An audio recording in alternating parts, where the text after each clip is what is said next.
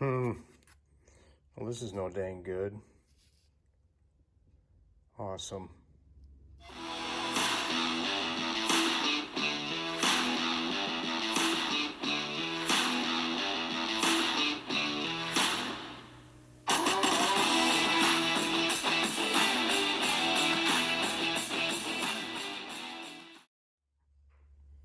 Yeah, over here at the Cuda. You guys may remember I was, my MSD box was acting up. I finally figured out after throwing a bunch of money and time and stuff. Sent it down to El Paso. They got it taken care of, right? There was something wrong. So anyway, you know, this is the wiring that runs along here. Coil, whatnot, everything's there. And I got everything back in. I was checking it, and I looked down and look at that. I saw my header had a nice dinger in there, and I'm like, I don't remember doing that. Turns out there's another one down there, okay? Can you see that? There we go, a little bit. So as soon as I saw that dinger, I'm like, oh, geez. So I went on over, and sure enough, the driver's side motor mount down there, right here, was ripped in half. Which one is it? This one. I'm like, that really sucks. You know, I knew this could be a possibility. I put slicks on this thing, went to the track, and I'm sure that's when it went bad. So the passenger side is junk too. In fact, I got into this thing. I don't even want to tell you how many hours I got screwing with this, but a lot, let's just say that. Started on my own. I ordered some poly locks. They're a really good motor mount that won't rip in half. What I could have done was took a chain down there from the K-frame up to the block. Guys will do stuff like that and keep the motor from torquing to the left in this case, you know. And that's what rips it when they torque.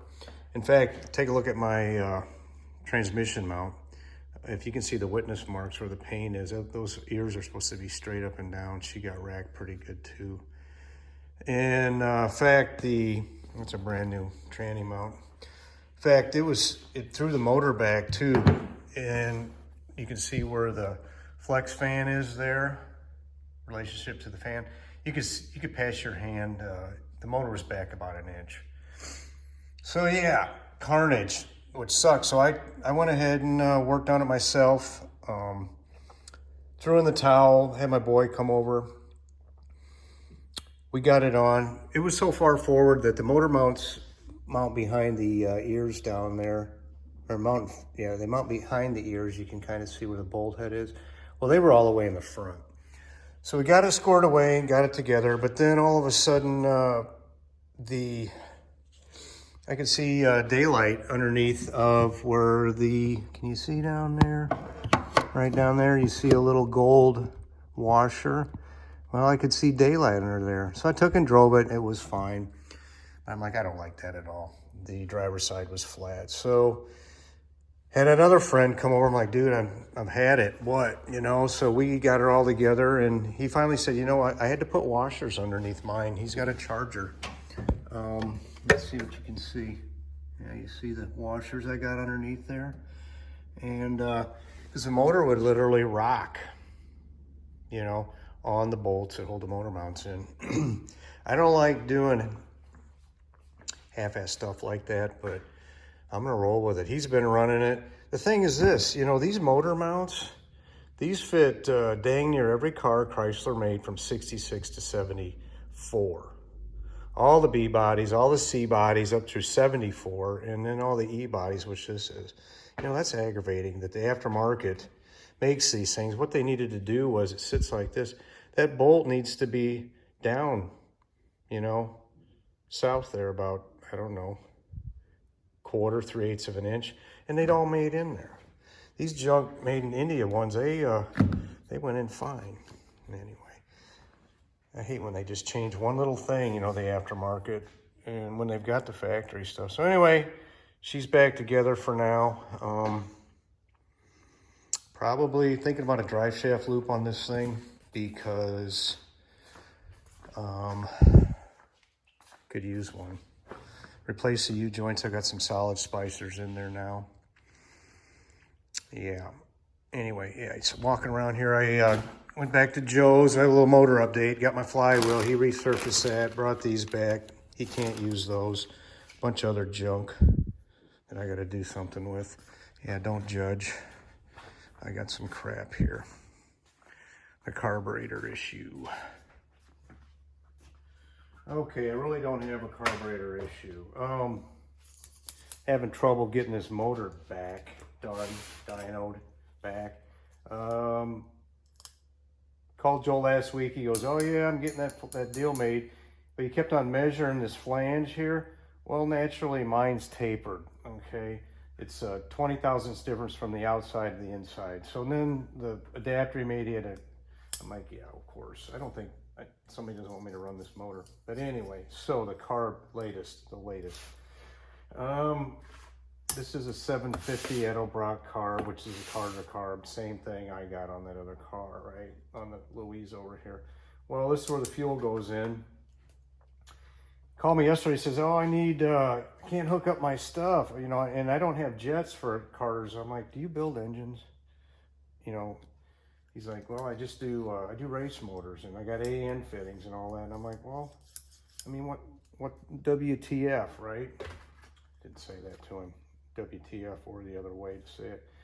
So anyway, I'm like, okay, well, I have these, all right? This is for 3/8 inch line. One goes in there, one will go in my fuel pump, and I'm gonna bend fuel line. This is brake line here.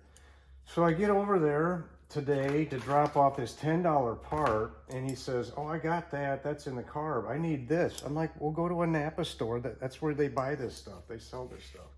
I'm getting frustrated. I'm perturbed, if you will, or I'm pissed off. So anyway, I'm like, "Well," he said, I get over there today. He's like, "Well, I did find a handful of jets." I'm like, "All right, look. So you need to get one of these. Okay, this is the carb kit for this, and the way these guys work, I'm no expert. You guys don't beat me up when I say stuff, because I will often blow stuff right on my fanny." So anyway, they've got these little rods. You can see right there, they're stepped, okay? And then you've got these little guys that are jets, okay? They go down into there. There's one for the primaries, and then there's another fixed jet for the secondaries, a 4-barrel, right? So these will slide in and out of here, and you know, you can imagine as it comes out, you're getting more fuel when the vacuum drops. How do they control that? They got all these little springs here that, based on whatever vacuum you're pulling, they'll allow this thing to go up. In a nutshell, okay. So let me put that back where it goes. I said, all right. So I ordered the jet. I ordered the jet kit, this kit here, and told him to go to get one of these. And I said the first thing we should do probably when we get there is probably change these. This is where those rods go in the springs and the metering. Carters, love them or hate them. I can't say that I love them, but you can lift this whole lid off, and the fuel bowls are down here. There's no fuel running out each end, you know, to take stuff apart. Probably the best thing you can say about Edelbrock or Carter, I don't know. I guess I'm a Holly guy, whatever. So anyway, yeah, that's that. Today's Friday. There's gonna be no dyno this weekend. I said, look, man, I said, I need to do this next Saturday, and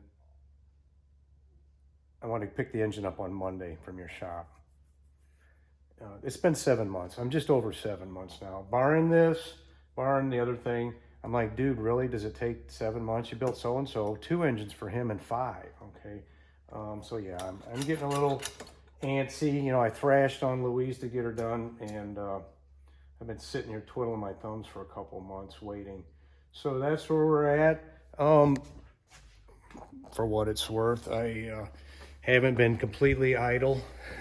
Not that any of this takes time, but you know, I cleaned up stuff like, look at the, there's my factory. Where is it? There it is. Factory negative, you know, battery cable. She came out nice, really. And the numbers are on it, you know. Did the same with the this guy, right? Yeah. But I want my motor back. A lot of work coming when that gets back here. So thanks for watching. That's all we got.